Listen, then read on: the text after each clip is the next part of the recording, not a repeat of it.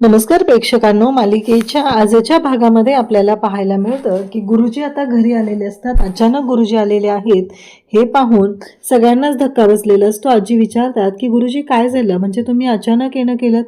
तेव्हा गुरुजी सांगू लागतात की हे बघा, अर्णव आणि ईश्वरी या दोघांच्याही जीवाला धोका आहे, त्यांच्यावर मोठं संकट घोंगावत आहे असं गुरुजींनी सांगितलेलं असतं. आणि त्याच वेळी गुरुजी आता आलेले आहेत. गुरुजींना खरं तर धक्का एवढा बसलेला असतो की ह्या परिस्थितीतून या कुटुंबाला बाहेर काढायचं आहे. गुरुजी विचारत असतात की नक्की काय करावं लागेल. ह्याबद्दल आता सुरू झालेलं असतं आणि मग मात्र गुरुजी सगळ्या गोष्टी विचारत आहेत. काय करायचंय, कसं करायचंय हे चालू झालेलं असतं. आणि नेमकं त्याच वेळेस आता गुरुजींनी सांगितलेलं आहे की दत्तगुरुजींच्या मठात जाऊन तिथे उपास करावा लागेल एक दिवस आणि पूजा करावी लागेल, उपासना करावी लागेल. आता वल्लरी म्हणते, जर तिथे मी यांना पोहोचूच दिलं नाही तर, असा विचार वल्लरीने केलेला असतो. म्हणजे वल्लरीच्या डोक्यात हे सगळं सुरू झालेलं आहे आणि वल्लरीने त्यासाठी हा सगळा कांड सुरू केलेला असतो. त्याचबरोबर आपल्याला पाहायला मिळतं ते म्हणजेच काहीही झालं तरीही वल्लरीने ठरवले की अर्णव आणि ईश्वरी यांच्या आयुष्यामध्ये संकट आणायचं आणि असं संकट आणायचं की ते दोघं त्यातनं कधीच बाहेर येऊ शकले नाहीत पाहिजेत. आणि त्याच वेळी इकडे राकेश सुद्धा आता जेलमधून सुटून बाहेर आलेला आहे आणि राकेशने बाहेर येत धमाका करायचं ठरवलेलं असतं.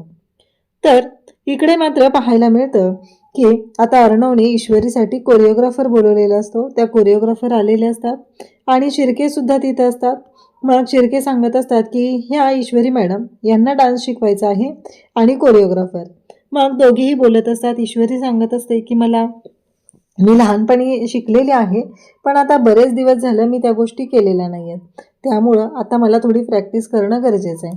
तेव्हा त्या कोरिओग्राफर सांगू लागतात की काळजी करू नका, अगदी सगळं व्यवस्थित होणार आहे आणि सगळ्या गोष्टी नीटच होणार आहेत, काळजी करायची गरज नाही, असं आता कोरिओग्राफरने सांगितलेलं असतं. आणि मग अर्णव सांगतो की चला, म्हणजे तुमची प्रॅक्टिस सुरू होईल आता, मग काही प्रॉब्लेम नाही आहे ना. आणि इकडे नम्रता म्हणत असते की नाही, काही झालं तरीही आई जे मला सांगतायत ते मला पटतंय, कारण या स्पर्धेमध्ये मला जिंकायचं आहे आणि या स्पर्धेतून मला कोणीच हरवू शकत नाही. कारण इशू जरी ही स्पर्धा जिंकण्यासाठी खेळत असली तरीही माझ्या अस्तित्वासाठी ही स्पर्धा मला जिंकायची आहे असं तिने ठरवलेलं असतं. आता वल्लरीच्या जर विचारांवरती पावलांवर पाऊल ठेवून जर चालणार असेल तर आपण ह्या नम्रताकडून दुसरी अपेक्षा करायची गरजच नाही आहे, कारण नम्रता काय आहे हे आपल्याला चांगलंच माहिती आहे. आणि त्या पद्धतीने आता गोष्टी सुरू झालेल्या असतात आणि नम्रता म्हणत असते की काही झालं तरीही मी ही स्पर्धा जिंकणार आहे आणि ईश्वरीला हरवणार आहे. या घरातलं माझं अस्तित्व मला दाखवूनच द्यायचं आहे.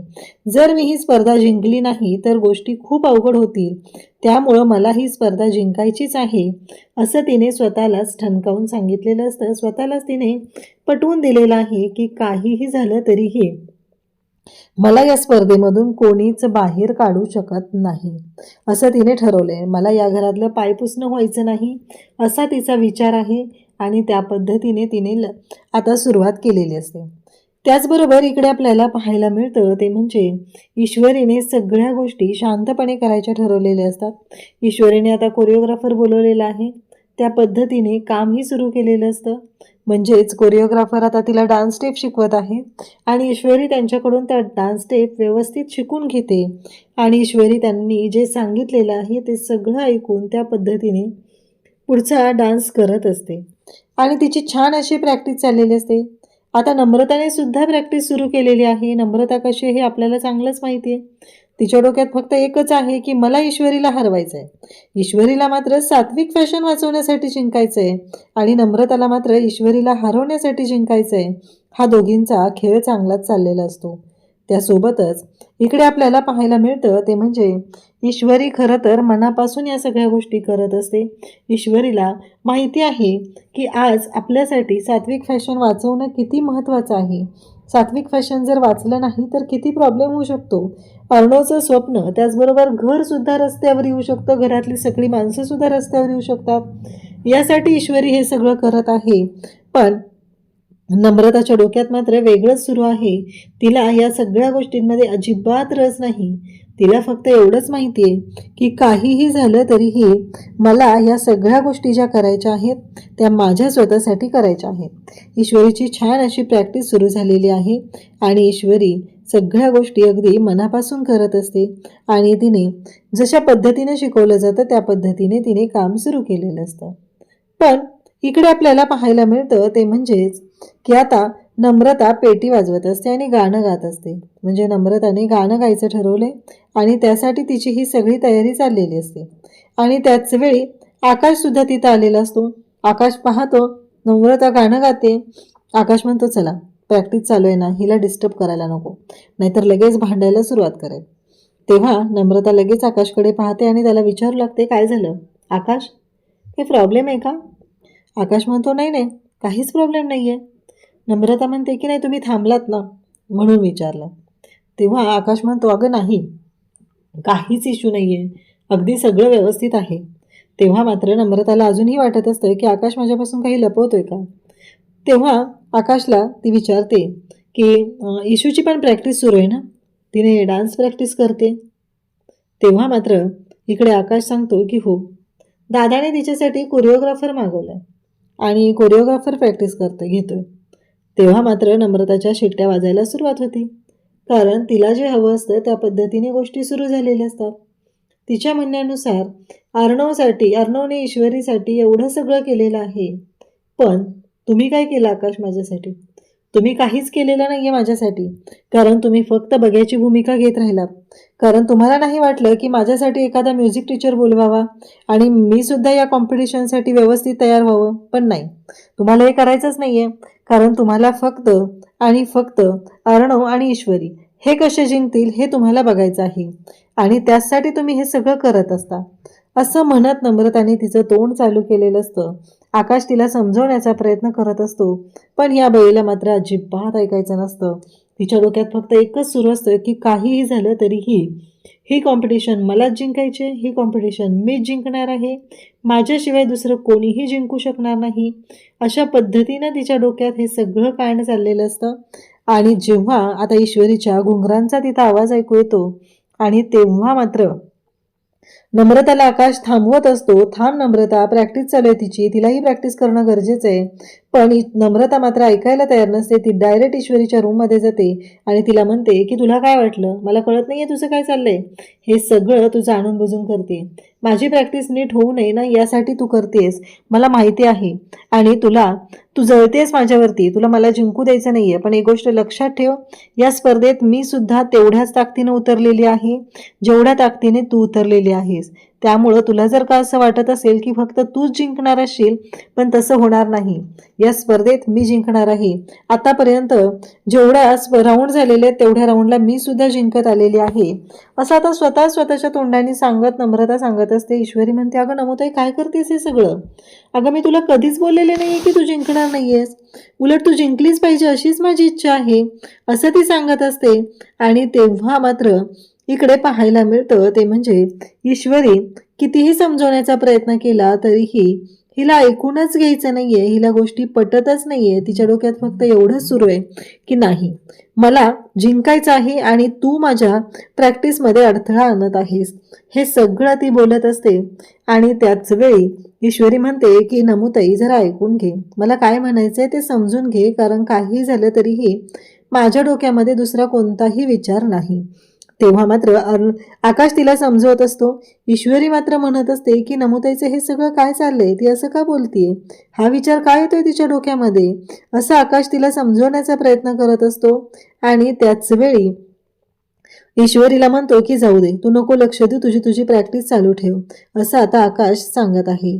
आणि मग सगळेजण आता हॉलमध्ये बसलेले असतात. मामा म्हणतात की चला, म्हणजे फायनली घरामध्ये आता माहोल तयार झालेला आहे. घरामध्ये आता सगळ्यांच्या समोर हे सगळं दिसत आहे, कळत आहे की नक्की काय होतंय. आणि मग मामा म्हणतो की आता वाटतंय की स्पर्धा सुरू झालेली आहे, असं मामा सांगत असतो. आणि त्याच वेळेस इकडे पाहायला मिळतं ते म्हणजे आकाश सगळेजण बसलेले असतात. मग नम्रता आता आलेली असते. चला, एक स्पर्धक आलेला आहे, छान अशी गाण्याची प्रॅक्टिस सुरू आहे तिची. आणि त्यानंतर आता दुसरा स्पर्धकही आलेला आहे, तिची सुद्धा डान्सची प्रॅक्टिस सुरू झालेली आहे. तर मला आता एवढंच वाटतंय की आता जुगलबंदी तर झाली पाहिजे, म्हणजे आता कळेल आपल्याला की कोण कुठपर्यंत पोहोचले. हा विचार सुरू झालेला असतो. आणि त्याच पद्धतीने इकडे पाहायला मिळतं ते म्हणजे इकडे आजी म्हणत असते की खरंच म्हणजे माझ्या दोन्ही नाचुना एवढ्या छान पद्धतीने हे सगळं मॅनेज करत आहेत, असं म्हणत आता बोलत असतात. आणि त्याच वेळेस इकडे अंजली त्याचबरोबर सगळेजण घरातले बसलेले आहेत आणि सगळेजण ठरवतात की या दोघींमध्ये आपण जुगलबंदी होऊ देऊया. तेव्हा इकडे ईश्वरी म्हणत असते की नाही, नको. ईश्वरीचं म्हणणं असतं की त्याची काही गरज नाहीये. कसं आहे माहिती आहे का, माझी अजून तेवढी प्रॅक्टिस झालेली नाहीये. तिला मात्र नम्रता मागच लागलेली असते की चल ना इशू, बघूया आपण किती प्रॅक्टिस झाली. तेव्हा ईश्वरी म्हणते की नाही, नको. कारण वल्लरीने इकडे नम्रताला खुणावलेलं असतं. खरं तर अर्णवने आल्या आल्या तिला सांगितलेलं सुद्धा असतं की हे बघ, इथे बसून घे तू, कारण तू दमलेली आहेस, म्हणून तिला सोप्यावरती बसायला सुद्धा जागा दिलेली असते. आणि तिच्याबरोबर तो बोलत असतो. आणि त्याच वेळेस इकडे आजी सगळेजण तिथं असतात. आजी म्हणतात अरे नको आहे ना, तिला दमली आहे ना ती, मग त्याची काही गरज नाहीये हे सगळं करायची, असं सांगितलं जातं. त्याच वेळेस इकडे आता जेलमध्ये वरून ऑर्डर आलेले असतात. सगळ्या सेलची कसून चौकशी झाली पाहिजे हे सांगितलं जात असतं. आणि सगळ्या सेलची कसून चौकशी सुरू झालेली असते. आणि त्याचबरोबर पाहायला मिळतं ते म्हणजे हे सगळं जे काय आहे ते चुकीच्या पद्धतीने चाललेलं आहे, या सगळ्या गोष्टींचा अंदाज आलेला असतो. आणि मग मात्र इकडे जेव्हा या सगळ्या गोष्टी घडत असतात आणि नेमकं त्याच वेळेस राकेशच्या रूममध्ये सेलमध्ये सगळेजण आलेले असतात आणि तिथं चौकशी सुरू केलेली असते. तेव्हा राकेश म्हणतो काय आहे माझ्याकडे, तुम्ही काय बघताय, कशासाठी करताय हे सगळं, असं राकेश बोलत असतो. आणि त्याच वेळेस ते म्हणतात की तू काय आहे आणि कसं आहे ते आम्हाला चांगलंच माहिती आहे, त्यामुळं ही सगळी तुझी काही जी नाटकं चाललेत ना ही बंद करा दे, कारण तू काय करू शकतो ना याचा चांगलाच अंदाज आहे, असं इकडे राकेश त्याला धमकवत आहेत. इकडे ईश्वरी, अर्णव सगळेजण आता बसलेले असतात आणि सगळेजण म्हणत असतात की काही झालं तरीही आपल्याला या सगळ्या गोष्टींचा शोध घ्यायचा आहे. आणि त्याच वेळी अर्णव तिथं म्हणत असतो की चला, म्हणजे आमच्या दोघांमध्ये आता जुगलबंदी. मामा म्हणतो की हो चला, तुमची किती प्रॅक्टिस झाली ते बघूया. त्यावरती अर्णव म्हणतो अरे पण या दोघींनी जर काही केलंच नाहीये तर आम्ही काय बनवणार आहे स्केच. मामाला स्केच हा शब्दच आठवत नसतो. अरे ते काय बनवतात ना तुम्ही, ते बनवा ना तुम्ही, असं म्हणत मामा मागेच लागलेला असतो. तेव्हा अर्णव म्हणत असतो की या दोघींनी जर काही परफॉर्मन्स केला नाहीये तर आम्ही काय बनवणार आहोत. तेव्हा मामा म्हणतात अरे माहिती आहे रे, इमॅजिन करा, इमॅजिन त्या दोघी काय परफॉर्म करणार आहेत आणि त्यानुसार बनवायला घ्या, असं मामा आवर्जून सांगत असतात. आणि तेव्हा मात्र इकडे अर्णव, ईश्वरी, त्याचबरोबर आकाश, नम्रता सगळेजण असतात. तेव्हा नम्रता म्हणत असते की काय करायचं. तेव्हा वल्लरी तिला समजवते की हे बघ, काही झालं तरी तुझ्या नवऱ्याला आवर घाल, कारण ज्या गोष्टी वाटतात तेवढ्या सोप्या नाहीयेत. काही झालं तरीही हे सगळं जे काय आहे ना ते व्यवस्थितच झालं पाहिजे. ही स्पर्धा तुलाच जिंकावी लागणार आहे, एवढं लक्षात ठेव, असं वल्लरी तिला वारंवार सांगत असते. आणि त्याच वेळी इकडे पोलीस राकेशच्या सेलमध्ये बघत आहेत कुठे काय आहे का. राकेश म्हणतो यांना लवकरात लवकर इथून हकललं पाहिजे, काहीतरी करावं लागणार आहे, असं राकेशने ठरवलेलं असतं. आणि मग राकेश जे माठातलं पाणी असतं तिथे जातो आणि त्या माठाच्या जवळ जातो. म्हणजेच पोलिसांना असा संशय येतो की नक्कीच इथे काहीतरी घडतंय. हे लक्षात आल्यानंतर मग राकेश पोलिसांकडे तिथे पाहत असतो. मग तिथे रग पडलेली असते, ती रग उचलली जाते, सगळ्या गोष्टी चेक केल्या जातात, पण कुठेच काहीच मिळत नाही. कारण राकेश म्हणत असतो की कसं आहे, यांनी काही गोंधळ घालण्याआधी मला यांना इथून बाहेर हकलावंच लागणार आहे. आणि हातापाया पडून त्याची जी नाटकं असतात करण्याची, जी त्याची पद्धत आहे की मी खूप गरीब आहे हे दाखवण्याचं ते जे काही काम असतं ते तो चांगल्याच पद्धतीने वटवत असतो. तो म्हणत असतो की अहो साहेब, मी काहीच केलेलं नाहीये, तुम्ही समजून घ्या हो मला, मी काहीच केलेलं नाहीये, असं तो सांगत असतो. आणि तेव्हा मात्र राकेशला इन्स्पेक्टर म्हणत असतात की तू काय आहे कसं आहे हे आम्हाला चांगलंच माहिती आहे, त्याच्यामुळं तू मध्ये पडूच नकोस, कारण ज्या गोष्टी घडत आहेत कशा घडत आहेत ते आम्हाला चांगलं माहिती आहे, तू मध्ये पडलास तर तुलाच अवघड होईल, एवढं लक्षात ठेव, असं सांगितलं जात असतं. आणि तेव्हा मात्र इकडे आता सगळेजण बसलेले आहेत आणि मग आकाश आणि अर्णव दोघांनीही स्केच काढायचं ठरवलेलं असतं. तेव्हा अर्णव म्हणत असतो की तुला ब्लॅक कॉफी देऊ का काढून, तू दमलीस ना. तेव्हा ईश्वरी म्हणते की नाही नको. मामा म्हणतात की तिला ब्लॅक कॉफी आवडते का, तुला माहिती आहे ना तिला काय आवडतं, तिला आल्याचा गरमागरम चहा आवडतो, ते दे ना तिला, ब्लॅक कॉफी काय विचारतोय, असं मामा इकडे अर्णवला बोलत असतो. आणि त्याचवेळी आजी सगळेजण बसलेले आहेत. अर्णव आणि ईश्वरीची जोरदार तयारी झालेली आहे. ईश्वरी एवढी दमलेली आहे की त्यामुळं तिने आता शांत बसून राहिलेली असते.